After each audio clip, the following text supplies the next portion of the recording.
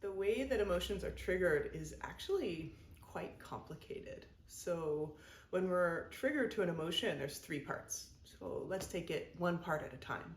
The first part that most of us think of is the event in the world, right? So let's say I'm walking down the street and I run into an old friend. So that's the first part of an emotion. It's the event. The event could also be me at home that night remembering that I ran into this old friend, and that could once again trigger the emotion. Then there's part two of the emotion, and that has to do with our physiological state. So when I was walking down the street, was I tired? Was I hungry? Was I, already kind of dealing with a mood I had earlier in the day? Maybe I was frustrated earlier in the day.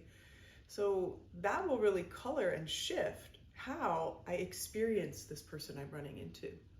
So sometimes we become emotional just because of the event, running into someone. But sometimes our emotion and the way that we become emotional is triggered by what's going on in the context of our body, and what has happened to us earlier in that day. Part three to an emotion is the biggest part. The third part of an emotion trigger is what's called our database.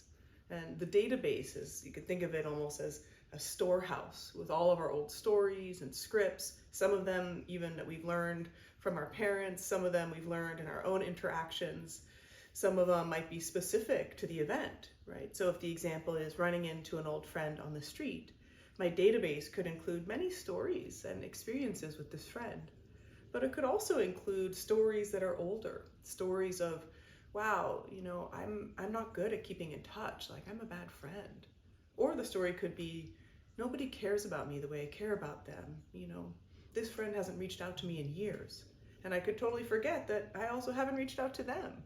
So our database really influences like how we respond to the event.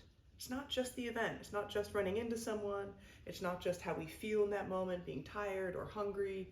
It has to do with these stories, with our perception of the world, which is so dynamic. And when we start to understand the database of our emotions, we start to understand that our emotions are actually something that are our responsibility, not just what happens to us. And though that might sound kind of like a lot to take on, that our emotions are ours, it truly is the best way for us to become free and emotionally aware.